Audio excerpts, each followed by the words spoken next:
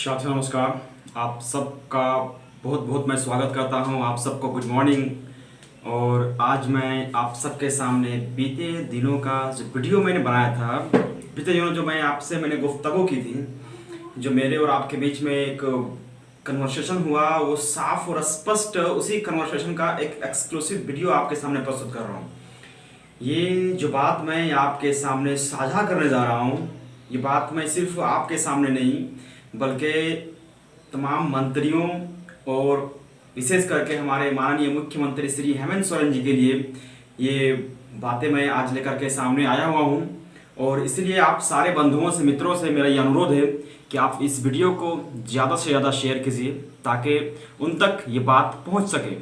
आखिर क्या है वो बात जिस पे हमें गहराई के साथ मंथन करना चाहिए। जी दोस्तों,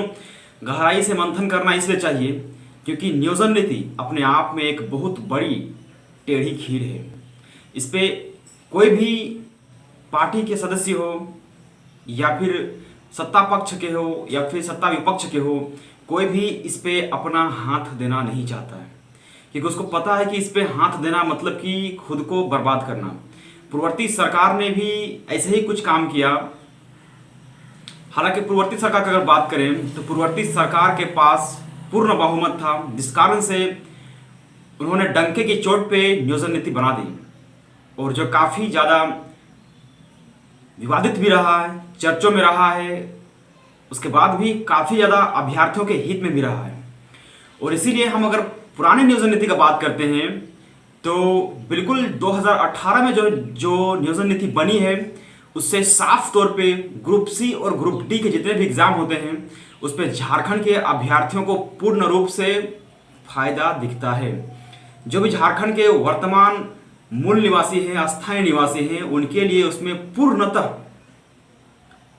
किफ़ायती था, बहुत ही ज़्यादा फायदेमंद साबित हो रहा था वो नियोजन नीति, क्योंकि उसमें 100% आरक्षण कर दिया गया था झारखंड के अभ्यर्थियों के लिए, ग्रुप डी और ग्रुप सी के लिए। अभी वर्तमान में जो माननीय मुख्यमंत्री महोदय हैं, आप देख सकते हैं स्क्रीन पे, मैं इनसे बात कर रहा हूँ। मैं माननीय मुख्यमंत्री महोदय को, महामहिम श्री हेमंत सोरेन जी को ये बताना चाहता हूँ कि देखिए, आप जो नियोजन नीति गड़बड़ी में बना रहे हैं, इससे बहुतों अभ्यर्थियों को नुकसान हो सकता है। आपने जो पात्रता यहाँ पे सामने प्रस्तुत किया है कि जो भी झारखंड के इंटरमीडिएट और मीडिएट के जो स्टूडेंट होंगे वही स्थानीय नीति और नियोजन नीति का लाभ ले पाएंगे और बाकी नहीं ले पाएंगे। ये तो खैर बाद की बात है कि कौन ले पाएगा और कौन नहीं ले पाएगा, लेकिन सबसे पहले हम बात करते हैं आपके कुछ वादों पे जो आपने हम सारे युवाओं को दिखाया था। आपको याद भी होगा कि चुनाव से पूर्व पिछले सरकार का भी बात करें या फिर इस सरकार का भी बात करेंगे तो हर एक सरकार ने नियोजन नीति, आरक्षण नीति और स्थानीय नीति को लेकर के बहुत चर्चे में रही और जिस कारण से सत्ता बनाने में सफलता हासिल कर सकी।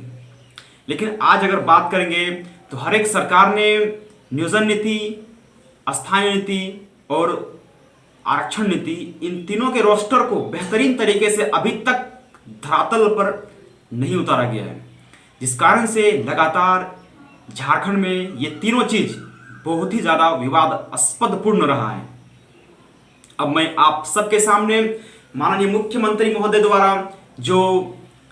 स्थानीय नीति या फिर नियोजन नीति का जो बात कहा जा रहा है, चलिए हम भूल जाते हैं कि खतियानी तौर पर माननीय मुख्यमंत्री के अभी अगर क्षमता कौशल का बात करेंगे तो उतनी क्षमताएं नहीं बना पाई हैं इन्होंने। माननीय मुख्यमंत्री महोदय, माफ कीजिएगा, गुस्ताखी होगा आपके खिलाफ बोलने में, लेकिन सच्चाई तो यही है कि अभी तक आप जेएमएम के अंदर उतनी गट्स, उतना क्षमता नहीं आया है कि 1932 का खतियान आप लागू कर सको। 1932 का खतियान लागू करना दूर की बात है, आप कम से कम खतियानी तौर पे स्थानीय नियोजन नीति बना के दिखा दीजिए तो मानेंगे। पूर्ववर्ती सरकार ने डंके के चोट पे वादा किया और उन्होंने बनाने का प्रयास किया और बनाया भी। अब आपकी बारी है। आप अगर पूर्ववर्ती सरकार की नियोजन नीति को स्वीकार नहीं करते हैं तो ऐसे में आप किस प्रकार का नियोजन नीति बना रहे हैं? आप जो उन्हीं के नियोजन नीति को संशोधित कर रहे हैं उसमें साफ और स्पष्ट दिख रहा है कि झारखंड के जो मूलवासी हैं उनके साथ कहीं ना कहीं छल कपट होगा। वैसे परिवार जिनके माँ बाप सेंट्रल गवर्नमेंट में नौकरी करते हैं या फिर जीविकोपार्जन के लिए वो अन्य स्टेट में रहते हैं और वो अपने बच्चों की जो मैट्रिक और इंटरमीडिएट की परीक्षाएं हैं वह अन्य स्टेट से करवाते हैं, तो ऐसे में उन युवाओं का भविष्य क्या होगा? क्या उन्हें झारखंड के नौकरियों के लिए तरसना पड़ेगा? क्या वो झारखंड के नौकरी के लिए एलिजिबल नहीं हो पाएंगे? ऐसे में आपने जो निर्णय लिया है नियोजन नीति को मैट्रिक और इंटरमीडिएट स्तर पे आधारित करके, उससे काफी युवा प्रभावित होंगे। और रह गया बात, अगर आप मैट्रिक और इंटर को अगर पात्रता मानते हैं, तो जिससे मैं बताना चाहता हूं आपको कि झारखंड के लगभग बाहरी अभ्यर्थी इसमें हस्तक्षेप कर जाएंगे। क्योंकि आप किसी भी जिला का एक उदाहरण उठा के ले लीजिए, मैं आपको बोकारो जिला का ही उदाहरण प्रस्तुत करूंगा, या फिर रांची का कीजिए, जमशेदपुर कीजिए, इन तमाम जिलों में लगभग जो बाहरी व्यक्ति हैं, जो बाहरी आदमी इसमें आके बसे हुए हैं, उसमें लगभग 40% स्टूडेंट जो हैं वो बाहर के आते हैं और उन्होंने अपनी मैट्रिक और इंटर स्तरीय परीक्षाएं यहीं से पास की हैं। तो इसका मतलब साफ जाहिर होता है कहीं ना कहीं हम किसी ना किसी माध्यम से उन्हें ग्रुप डी और ग्रुप सी में एंट्री दे रहे हैं। जब आपको पता है कि ग्रुप बी और ग्रुप ए का तमाम एग्जाम में जितने भी एग्जाम होते हैं उसमें बाहरियों को तो आपने 100% आरक्षण नहीं रखा है कि वो लोग जनरल कैटेगरी का, यूआर कैटेगरी का जो वैकेंसी है उस पर आके वो लोग हस्तक्षेप कर सकते हैं, घुस सकते हैं, लड़ सकते हैं। लेकिन समझ में नहीं आता है कि आप ग्रुप डी और ग्रुप सी के पीछे क्यों पड़े हुए हैं। वो कम से कम झारखंड के उन युवाओं के लिए छोड़ दीजिए जो गरीब और मिडिल क्लास वर्ग से आते हैं। वो बहुत बड़ा कलेक्टर बनने का ख्वाब नहीं देखे हैं, वो केवल यही देखे हैं कि हमें झारखंड सरकार द्वारा एक नियुक्ति पत्र, एक नौकरी मिल जाए। वो उसी कामना को लिए हुए बैठे हैं, उनका सपना केवल यही है। आप उनके सपने को चकनाचूर या तो फिर उनके साथ धोखाधड़ी मत कीजिए, क्योंकि वो आपको सत्ता में इसलिए नहीं लाए हैं कि आप मैट्रिक स्तरीय और इंटर स्तरीय नीति बना करके अभ्यर्थियों को ठगने का प्रयास करेंगे। आइए हम बात करते हैं दूसरा जो आपके पास क्लू बनता है, आपके पास जो दूसरा पॉइंट आता है कि किस स्तर पे आप बनाना फिर चाह रहे हो। तो इसमें संशय बनता है कि अगर आप मैट्रिक स्तरीय और इंटर स्तरीय करिएगा तो 2000 से पहले जब झारखंड का निर्माण नहीं हुआ था, उससे पूर्व का अगर बात करेंगे तो जो अभ्यर्थी झारखंड में झारखंड बोर्ड बिहार बोर्ड के रूप में था, उस समय के युवाओं का भविष्य क्या होगा? क्या वो किसी नौकरी के लिए एलिजिबल हो पाएंगे? ये बहुत बड़ा प्रश्न चिन्ह है इस नियोजन नीति पर। और दूसरी बात कि कुछ अभ्यर्थी लगातार आपसे संपर्क करना चाह रहे हैं और आप तक मैसेज देना चाह रहे हैं। पहली बात कि नियोजन नीति को जो आप बनाइएगा तो बिल्कुल भी आप इसे अपने मंत्री परिषद या फिर विधायक दल के रूप में मत बनाइए। इसमें अभ्यर्थियों का, स्टूडेंट्स का भी एक टीम, झारखंड के युवाओं का भी एक टीम इसमें डेलीगेशन के रूप में होना चाहिए, जो आपको सजेस्ट करे कि किस तरह का नियम यहाँ पे बनना चाहिए जिससे आपको फायदा हो। क्योंकि आप चारों तरफ से अधिकारियों के हाथों से घिरे हुए हैं और अधिकारी आप तक वो सूचना बिल्कुल पहुंचने नहीं दे रहे हैं जिससे वास्तविक झारखंड का हित होगा। इससे साफ जाहिर होता है कि आपके आंखों में काली पट्टी बांध दी जा रही है, जिससे आप झारखंड के युवाओं में और बाहर के युवाओं में कोई भी फर्क नहीं कर पाएंगे। तो ऐसे अधिकारियों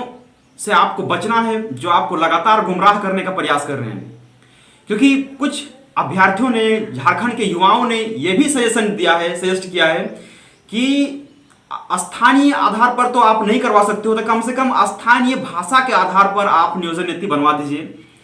आपको अलग से बिल्कुल भी नहीं यहाँ पे कोई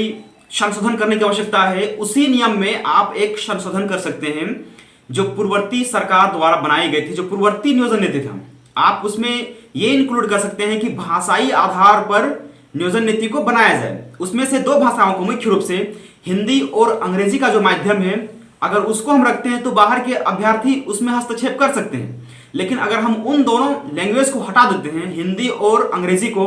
तो झारखंड के जो भी अभ्यर्थी हैं वो किसी भी स्थानीय भाषा में, अपना लोकल लैंग्वेज में आराम से एग्जाम को क्वालिफाई कर सकते हैं, जो कि एक बहुत बड़ा रास्ता बन सकता है। और रह गई बात जो सीबीएसई बोर्ड के स्टूडेंट हैं, तो उनके लिए भी एक बहुत बड़ा जानकारी वाली बात हो सकती है कि वह झारखंड के जो स्थानीय भाषा है, जो स्थानीय जनजाति भाषा है, जो झारखंड का जो अपना ओरिजिनल कल्चर है, वह उसे एक्सेप्ट करेगा। उसके पास बहुत सारे पाश्चात्य शिक्षा होने के बाद भी अपना भाषाई आधार पर झारखंड के कल्चर के बारे में जानने का प्रयास करेगा, जो कि बहुत ही उचित साबित हो सकता है और बहुत ही सार्थक होगा। इनमें से किन किन भाषाओं को आपको सम्मिलित करना चाहिए, मैं उस पर भी एक विषय मतलब कि बात कह देना चाहता हूं। लगभग इसमें से जैसे कि बंगला भाषा हो गया, हो भाषा,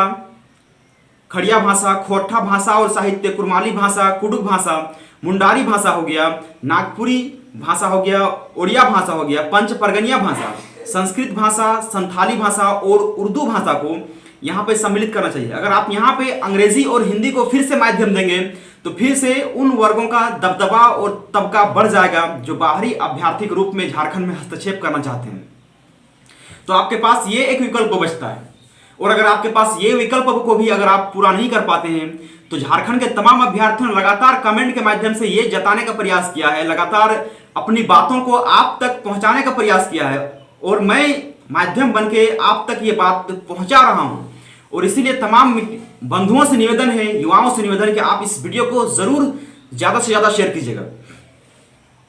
इसमें कुछ नियोजन नीति में कुछ ऐसे संशोधन करने चाहिए जिससे झारखंडी युवाओं को 90% सीट जो है, जो 90% सीटों पे झारखंडी युवाओं का दबदबा होना चाहिए। 10% जो आरक्षण है वह बाहरियों को या तो फिर अलग स्टेट्स में रहने वाले अभ्यर्थियों के लिए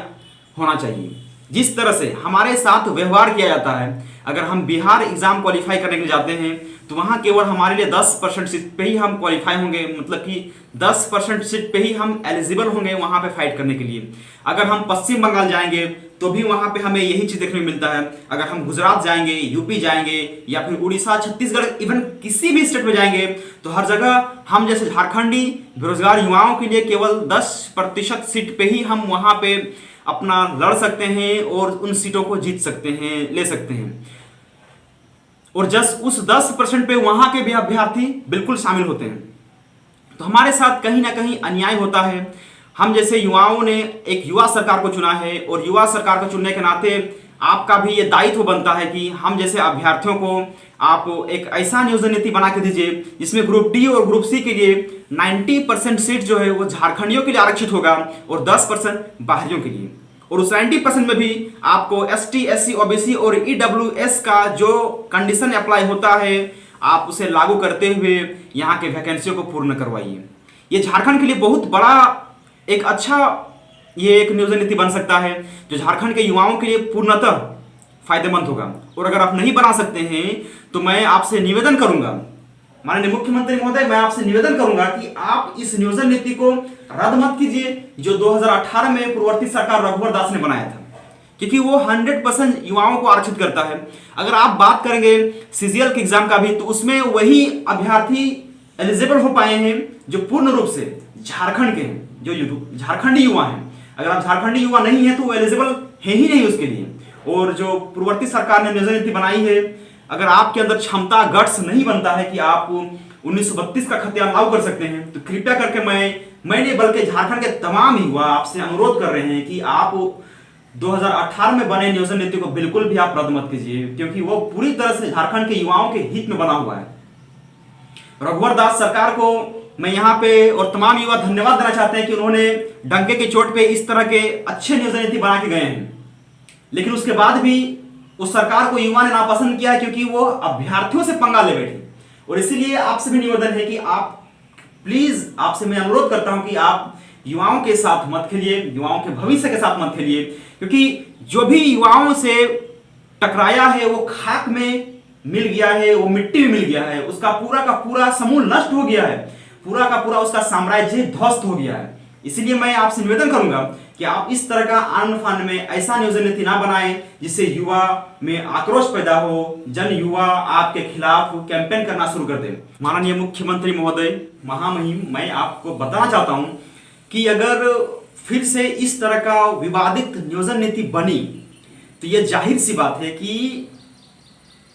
जो भी वैकेंसी आएगी स्टूडेंट उसका प्रिपरेशन करेंगे, फिर उसका एग्जाम देंगे, फिर रिजल्ट के लिए हल्ला बोल करेंगे, एक बार नहीं, दो बार नहीं, 3 बार 4 बार रिजल्ट के लिए धरना प्रदर्शन करेंगे, फिर उसका एग्जाम दिया जाएगा, फिर रिजल्ट आएगा, फिर धरना प्रदर्शन किया जाएगा,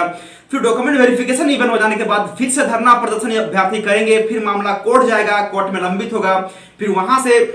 आदेश दिया जाएगा और फिर से आदेश को आप अवहेलना करेंगे, आदेश को आप पालन नहीं करेंगे, स्वीकार नहीं करेंगे और फिर से अभ्यर्थी धरना प्रदर्शन करेंगे, छात्र लोग हल्ला बोल करेंगे, सड़क पर उतरेंगे और आप छात्रों से परेशान होइएगा क्योंकि छात्र की वजह से आपकी पार्टी की बदनामी होगी और फिर आप छात्रों पे लाठी चार्ज करवाइएगा और फिर अभ्यर्थी अब ईगो में आएंगे और फिर से धरना प्रदर्शन करेंगे और फिर से अपनी नियुक्ति को बचाने के लिए लगातार इस तरह का प्रदर्शन करेंगे और फिर हाई कोर्ट जाएंगे, हाई कोर्ट से रिट जीतने के बाद फिर से ये सारे अभ्यर्थी सुप्रीम कोर्ट जाएंगे, सुप्रीम कोर्ट जाने के बाद फिर से वहां हरी झंडी लाने का प्रयास करेंगे और फिर से इस एक नौकरी को बचाने के लिए लगातार इतने सारे प्रक्रियाओं से उन्हें गुजरना पड़ेगा। तो मैं आपसे ये अनुरोध करना चाहता हूं कि आप इस नियोजन नीति को एक बहुत बड़ी टेढ़ी खीर है, इसे आप सुलझाने का कोशिश कीजिए, इसे आप एक पहेली के जैसा बिल्कुल भी मत रख दीजिए क्योंकि झारखंडी युवाओं का भविष्य किसी एक परीक्षा का तैयारी या फिर किसी एक वैकेंसी को लेने में कम से कम 1.5 से 2 साल की प्रक्रिया होना काफी है, लेकिन उसके बाद भी 5 से 6 साल 7 साल तक उसी प्रक्रिया में पीस देना और फिर आपका नियोजन नीति जब अच्छा नहीं होगा फिर नई सरकार आती है और फिर उसे रद्द करती है और फिर अभ्यर्थियों के भविष्य को लटका कर देती है। इससे मैं आपसे कहना चाहूंगा कि आप इस तरह के निर्णय लेने से बिल्कुल परहेज करें जिससे झारखंडी युवाओं का हित ना हो, नहीं तो फिर झारखंडी युवा बिल्कुल भी लगातार कोर्ट कचहरी के चक्कर करते करते वो अपना जीवन से त्रस्त हो जाएंगे और उनके अंदर जो भी एलिजिबिलिटी और क्राइटेरिया होता है वह बिल्कुल भी आप तक पहुंचा नहीं सकते हैं और वो आप एक अच्छा जो प्योर जो क्लीन स्टूडेंट रहता है उसे आप स्वीकार नहीं कर पाएंगे। इसलिए मैं आप सबसे निवेदन करता हूं कि आप झारखंड के हित में, झारखंड के युवाओं के हित में नियोजन नीति बनाइए। झारखंड के युवा आपका इंतजार कर रहे हैं, प्रतीक्षा कर रहे हैं कि झारखंड सरकार कब अच्छे से नियोजन नीति बनाएगी और झारखंडी युवाओं के लिए काफी ज्यादा वो फायदेमंद साबित होगी। तो दोस्तों ये नियोजन नीति का एक स्वरूप जो आप अभ्यर्थियों ने मुझे सजेशन किया है, सजेस्ट किया है, आप ही के सलाह पर मैंने माननीय मुख्यमंत्री तक अपनी बातों को पहुंचाने का प्रयास किया है और इसीलिए आप सारे अभ्यर्थियों से ये निवेदन है कि आप इस वीडियो को ज्यादा से ज्यादा शेयर कीजिए ताकि हमारी बात जो है माननीय मुख्यमंत्री महोदय तक पहुंच सके। छात्र युवा जो झारखंड के युवा छात्र हैं उनके हित में, युवा अभ्यर्थियों के हित में ये निर्णय बन सके और ये नियोजन नीति वास्तविक रूप से ग्रुप डी और ग्रुप सी लेवल का जो एग्जाम होगा उसमें झारखंड के युवाओं का हस्तक्षेप और दबदबा होना चाहिए, ना कि बाहरियों का। दोस्तों आज के लिए इतना ही। आप सब मुझे फिर से कमेंट के माध्यम से जरूर बताइएगा कि आपको किस तरह का नियोजन नीति झारखंड में चाहिए। झारखंड सरकार तक हम हर संभव अपनी नियोजन नीति को पहुंचाने का प्रयास कर रहे हैं। सिर्फ मैं वीडियो के माध्यम से नहीं बल्कि तमाम विधायक दल को, मैं नेताओं को भी, मंत्रियों को भी संपर्क कर रहा हूं ताकि नियोजन नीति के बारे में मैं उन्हें अच्छा से कुछ बता सकूं और जिससे झारखंडी युवाओं का रोजगार के लिए अच्छा खासा फायदा बन सके। दोस्तों आप सबका बहुत बहुत शुक्रिया, धन्यवाद। जय हिंद, छात्र एकता जिंदाबाद, छात्र एकता जिंदाबाद। आप सबका बहुत बहुत धन्यवाद, शुक्रिया।